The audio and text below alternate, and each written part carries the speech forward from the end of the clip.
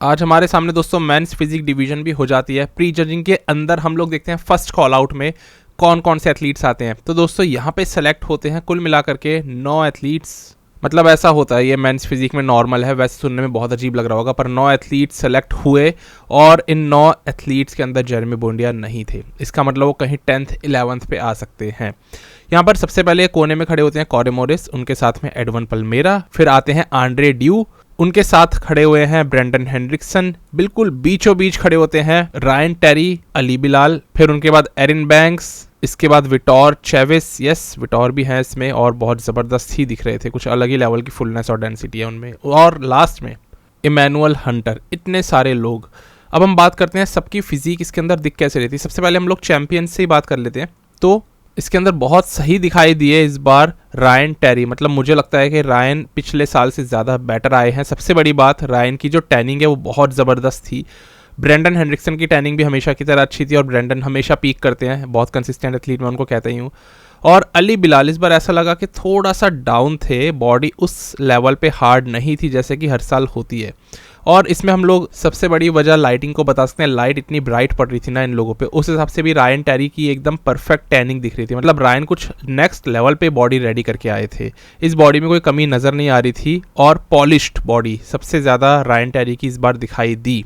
और ये बात मुझे नहीं लग रहा था कि मैं रायन के लिए इस साल बोलूंगा। और इतना टाइट थे ना, इतने ड्राई थे ना, इतना टाइट अली बिलाल नहीं थे। इसके बाद इन सबका कंपैरिजन होता है और इन तीनों को भेज दिया जाता है पीछे, यानी कि रायन, अली और ब्रेंडन। इससे समझ आता है कि ये तीनों तो हो गए सेलेक्ट टॉप 3 एथलीट्स के तौर पे और इनमें से कोई भी आज सुबह बनेगा मेंस फिजिक ओलंपिया चैंपियन। इसके बाद बचे हुए एथलीट्स का एक सेकंड कॉल आउट, टेक्निकली अभी ये सेकंड कहलाएगा, तो वो कॉल आउट कराया जाता है, जिसमें कि एरिन बैंक्स थे और बीच में विटोर चेविस थे।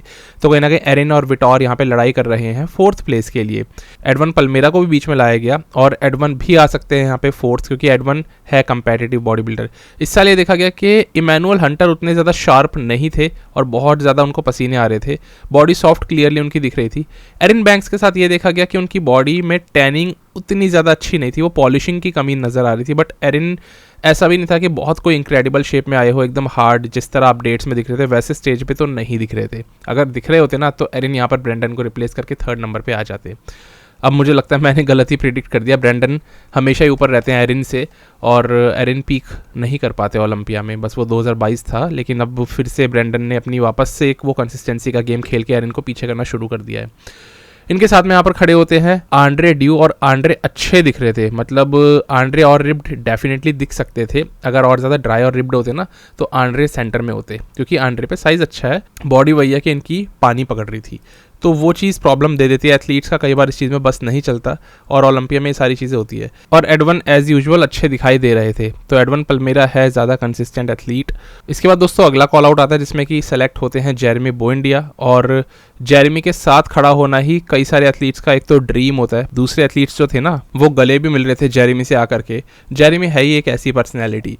यहाँ पर सेंटर में खड़े होते हैं वो सेकेंड, एक्चुअली टेक्निकली बोलूँ 3rd कॉल आउट में, तो इसका ये मतलब निकाला जा सकता है कि जेरेमी कहीं ना कहीं 10th नंबर पे आ सकते हैं, 11th पे भी जा सकते हैं, क्योंकि जेरेमी की बॉडी ना इनिशियली देखने में पता लग रहा था कि उतनी ज़्यादा टाइट नहीं है, हार्डनेस वो भी लैक कर रहे थे। एक्चुअली में जेरेमी को बोला जा सकता है कि वो सॉफ्ट आए थे। जेरेमी की बैक बहुत ज़्यादा इंप्रूव दिखाई दी और सच में वो कोई उनकी कमी नहीं नज़र आ रही थी। जेरेमी अगर थोड़ी और टाइटनेस पकड़ते ना तो ये फर्स्ट कॉल आउट में ज़रूर सेलेक्ट होते।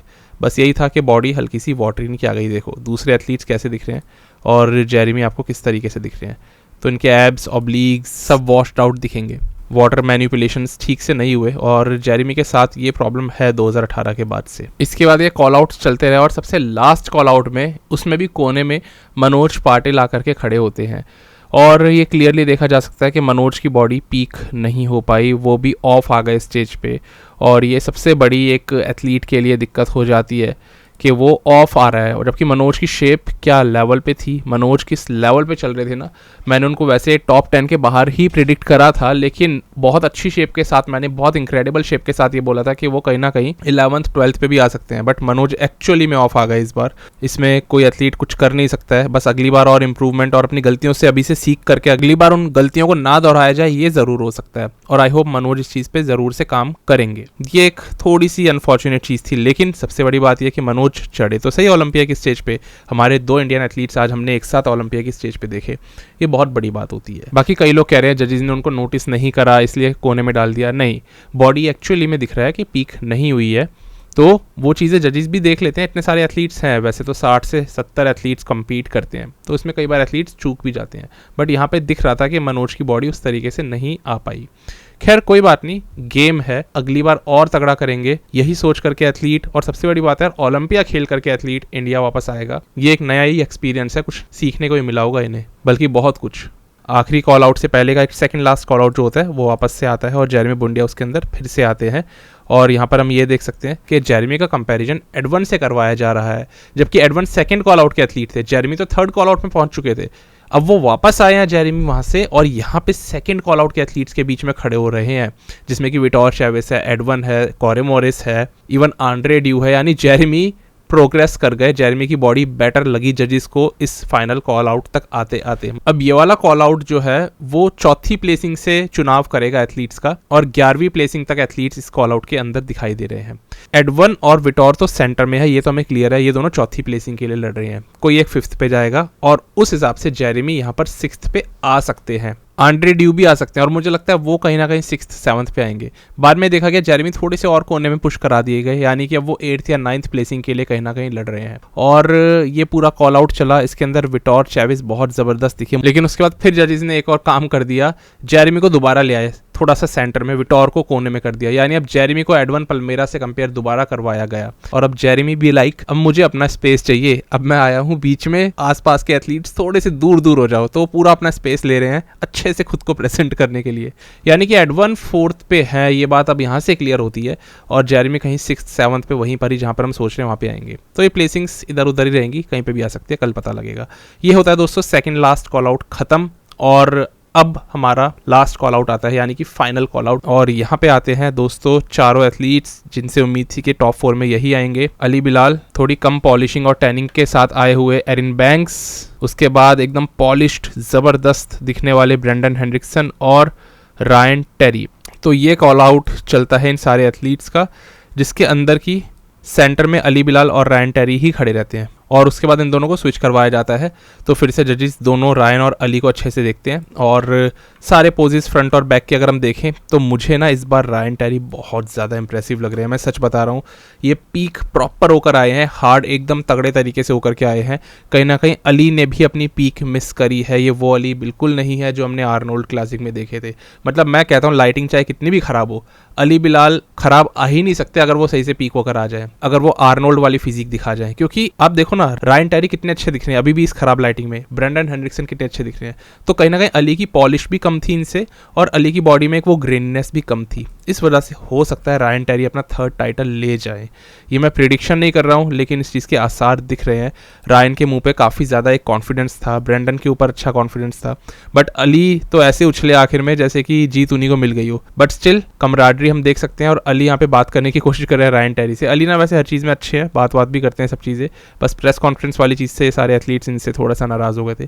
तो ये पूरी की पूरी थी मेंस फिजिक, थोड़ी और ये बेटर जा सकती थी, क्योंकि कई सारे हमारे फेवरेट एथलीट्स ऑफ आ गए, मनोज ऑफ आ गए, जेरेमी भी मैं बोलूँगा एक तरह से ऑफ थे, एरिन बैंक्स ऑफ आ गए, अली बिलाल भी उस तरीके से पीक नहीं कर पाए, तो इनको भी मैं बोलूँगा कि एकदम वो एग्जैक्ट उस वे में नहीं दिखे जैसे हम सोच रहे थे। तो हर एक डिवीजन का अपना अपना दोस्तों एक किस्मत होती है। जहाँ क्लासिक में सारे लोग पीक करके आए थे, वहीं मेंस फिजिक में सारे लोग पीक नहीं हो पाए, लेकिन हाँ 2 कंसिस्टेंट एथलीट्स रायन टेरी और ब्रेंडन हेनरिक्सन जरूर से पीक होकर के आए। अब आज सुबह सारे रिजल्ट्स आ जाएंगे, हमें पता लग जाएगा कि कौन बनता है मेंस फिजिक चैंपियन। आपके हिसाब से किसको जीतना चाहिए? रायन अभी जैसे ही स्टेज से उतरे तो इतने ज़्यादा कॉन्फिडेंस के साथ में सारे लोगों से बात कर रहे थे इंटरव्यू के दौरान, वो उनको पता लग रहा है कि शायद मैं ही जीतूंगा। बाकी आपको लगता है आज रायन जीतेंगे और अपना 3रा टाइटल ले लेंगे, या फिर अली अपना पहला टाइटल क्लेम करके इन सबको हरा डालेंगे? कमेंट जरूर करना। यहाँ पर हम दोस्तों डायरेक्टली मिलते हैं 1 मोर बैटल वाली वीडियो में, जो सुबह सुबह ओलंपिया की फाइनल्स होंगे ना, उसकी बात करूंगा मैं उस वाली वीडियो में, किसके जीतने के ज़्यादा आसार है वो सारी बातें। चलो अभी इस वीडियो को इतना ही रखते हैं, मिलता हूँ सुबह वाली वीडियो में।